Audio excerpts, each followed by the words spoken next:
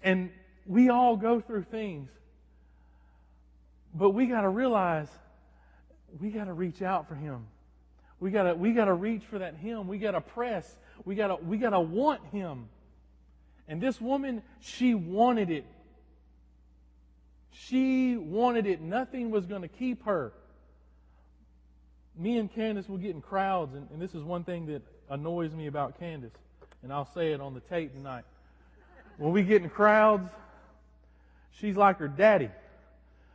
She's getting through, and nothing's keeping her from getting to her place where she's going to be. They don't like crowds. They get, and they just start going, and you better keep up. She's bobbing and weaving, and she's smaller than I am, and she goes through a hole, and people get close, and then Fat Man can't get through. Okay? I'm sorry, but that gets annoying at the fair, because she's 10 people ahead of me, and Fat Boy is still back there. Okay? Because I'm polite. I'm not pushy. I've never been a pushy kind of guy. I've never been a violent, so I'll just walk slowly, and then she's like a ninja weaving through everybody that can possibly be there, and she's just weaving, and every hole she goes through immediately closes. And like I said, Fat Boy's in the tracks, but you going through, and you just can't get through. And it's Jesus is in that kind of crowd. I just kind of imagine a woman that no matter who's around Jesus, can you see her on the ground, trying to get through feet, just crawling under somebody's legs. Can you imagine being the guy? She's under your legs, and you're trying to walk with Jesus, and she's underneath trying. I mean, they know she's there, and she's just trying to get through the crowd however she can. I mean, this is Jesus, the prophet. He heals people everywhere He goes. Can you imagine the crowd of people?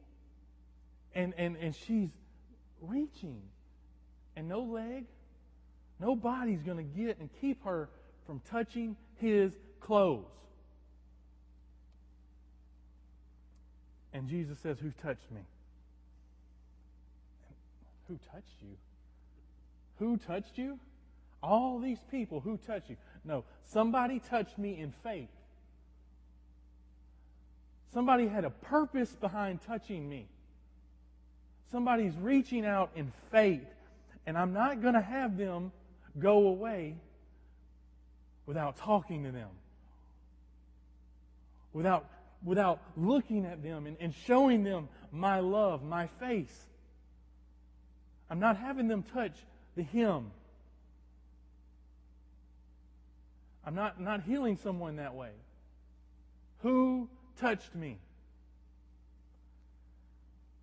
And then we get that Jairus is still there, because he's got a mission, and this woman gets healed. And then Jairus is immediately told that your daughter's dead. Don't worry about the prophet anymore. How many people you're too far gone? This illness is so far, so bad. This situation is so bad. Stop bothering Jesus with it. Stop bothering the church with your. You've been praying for that for so long. Why bother putting it on the prayer list anymore? How many times do you just feel like giving up on your prayer? And that's what they told Jairus. Your daughter's dead. Stop worrying the master. Not knowing that Jesus is also able to raise the dead. And this is what he looks at Jairus, and he says this: "Be not afraid, only believe." You just see me heal somebody with my clothes. You don't think I can raise the dead? My clothes just healed this woman that doctors couldn't heal. Be not afraid. Believe. Believe. Believe Only believe. Also in Mark chapter 10, we're not going to read this story, but if you want it for writing down to take notes, Mark chapter 10, the verses is verse 46 through 52. We have another man that got Jesus' attention. And he didn't get his attention by being near him. He didn't get his attention by touching clothes. He just cried out to Jesus. And we know the man. His name is, anybody know? Bartimaeus. And Bartimaeus is a blind man. And he's a beggar. And that's what I love about Bartimaeus. I love that he's a beggar. Because we wouldn't have this story if he wasn't a beggar. Because he's got no problem making a scene.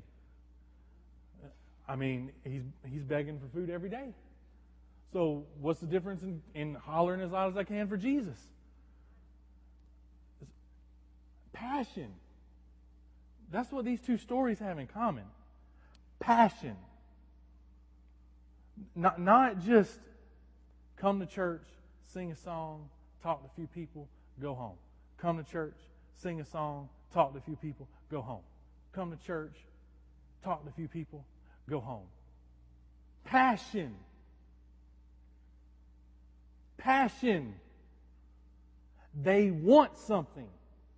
They need something. And it doesn't matter who's around, they'll do whatever it takes to get it. Passion.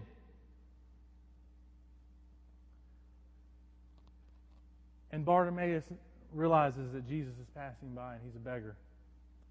And he cries out, Jesus, Son of David, have mercy on me. And they're like, hush, hush, Bartimaeus, hush. Jesus, Son of David, have mercy on me. Hush, Bartimaeus, hush. He'll hear you. I want him to hear me. Hush, Bartimaeus. He'll hear you. Just leave that poor beggar alone, Jesus. Hush, Bartimaeus. Jesus, Son of David, have mercy on me. And it gets Jesus' attention. Do you know that his healing was as soon as he called out? His healing didn't take place. The Bible says that Jesus comes and he says, your faith has made you whole. But his healing was already in working when he called out.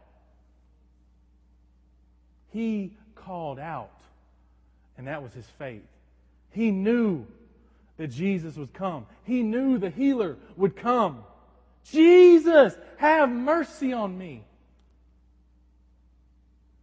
And it got Jesus' attention. And who is this? He knew who it was. He knew what was about to happen. And he finds him. And Jesus already knew what he wanted. But he asked the question, what wilt that I do for you? Is what he asked. And I've been blind my whole life. Please let me see. Thy faith has made thee whole. The faith wasn't when Jesus came. The faith started way back when he started crying out, Jesus, Son of David. That was the faith. Have mercy on me.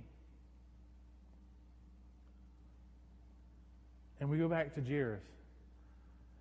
And Jairus' daughter was dead. She's just sleeping because Jesus knew that she was sleeping because he knew what he was going to do. She was resting. And he goes in and everybody's weeping. Everybody's going crazy with crying and tears and being upset. And he says, get these people out of here. She's only sleeping. And he goes in, and I really like this story because he takes his top three. We find out his top three disciples in this story. He takes Peter, John, and James. And he carries them in. He knew who he wanted to be as leaders. And he takes those leaders in there with him. And takes the mother and the father. And she wakes up and is healed. Right there. Be not afraid. Only believe. And this story was told to me that morning. You know what I thought I was going to do with this? I thought I was going to speak this to children in children's church. I had planned 2 weeks ago that Jawan would speak this past Sunday. And I kind of forgot on Easter and going through Easter to double check with him and say, did you remind him? And so I was like, well, just in case, I got this. And this is a great message, and it just spoke to my heart that morning. I said, we haven't taught this to the kids, and this would be great. I didn't know it was for me. I didn't know that message was for me. I didn't know I needed it that day. I didn't even got to speak it to the kids. But it was for me. And that was that morning. We come to church, we're late. And that's the theme of the day. Jeff Evans was late, and that was important. But we were late. And I was up there playing drums in practice, and the songs were speaking to me. I was like, this is going to be a great worship service. I didn't know I wasn't going to get to attend it. Maybe that's why it spoke to me so much